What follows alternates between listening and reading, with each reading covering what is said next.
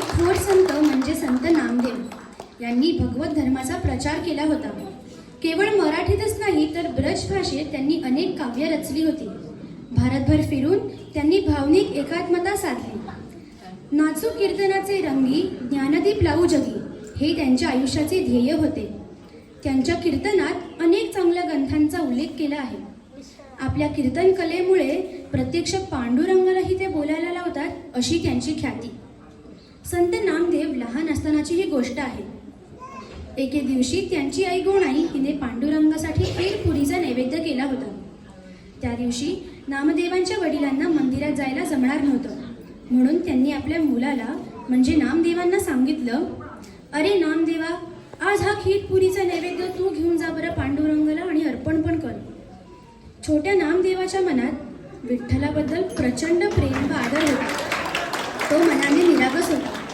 त्याला वाटलं आपल्याला जशी भूक लागत असेल तशीच देवालाही लागत असणार, म्हणून तो ते नैवेद्याचं ताट घेऊन पांडुरंगाला अर्पण केलं आणि देवासमोर ते ताट ठेवून देवाला विनवणी केली. देवा देवा, आईने हा खीरपुरीचा नैवेद्य तुझ्यासाठी बनवला आहे, तू ये आणि त्याचा स्वीकार कर. बराच वेळ नामदेव डोळे मिटून बसले. देव येईल आणि नैवेद्य खाईल असं त्याला वाटत होतं. थोड्या वेळाने त्याने डोळे उघडून बघितलं तर काय, नैवेद्य तिथे तसाच होता. नामदेव निराश झाला. त्याने परत देवाला विनवले, देवा ये ना, हा खीरपुरीचा नैवेद्य खा ना. तू जोपर्यंत हा नैवेद्य खात नाहीस तोपर्यंत मी काही घरी जाणार नाही, हा इथेच बसून राहणार. आणखी काही वेळ त्याने वाट बघितली, पण देव काही आले नाही. मग काय, त्याला रडू यायला लागले.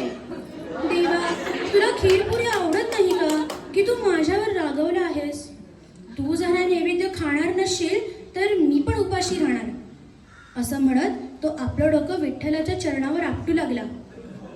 नामदेवाची ही श्रद्धा आणि निरागस भक्ती पाहून देव प्रसन्न झाले.